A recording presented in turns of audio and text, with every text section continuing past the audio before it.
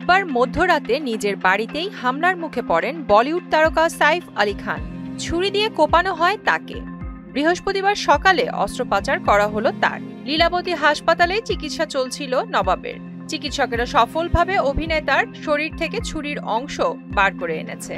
সাইফের স্নায়ুর অস্ত্রোপচারও সফল হয়েছে বলে জানানো হয়েছে। সফল হয়েছে অভিনেতার কসমেটিক সার্জারিও।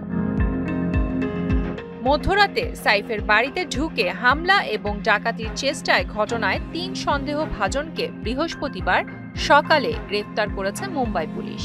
তাদের জিজ্ঞাসাবাদ করা হচ্ছে বলে পুলিশ সূত্রে জানা গেছে।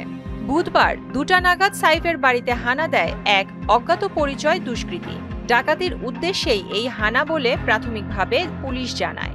ওই দুষ্কৃতী সাইফকে ছুরি দিয়ে কোপায় বলে অভিযোগ। তারপরেই জখম অভিনেতাকে ভর্তি করানো হয় মুম্বাইয়ের লীলাবতী হাসপাতালে। তবে যে ব্যক্তি সাইফকে ছুরিবিদ্ধ করেন তিনিই ধরা পড়েছেন কিনা তা স্পষ্ট নয়। জানা গিয়েছে আটক হওয়া ৩ জনই অভিনেতার বাড়িতে কাজ করেন। সুদবিহীন ব্যাংকিংয়ে আত্মশুদ্ধির পথ এনআরবিসি ব্যাংকের ইসলামিক ব্যাংকিং আল আমিন। অভিনেতার বাড়ির ৫ পরিচারককে জিজ্ঞাসাবাদ করা হয়েছে।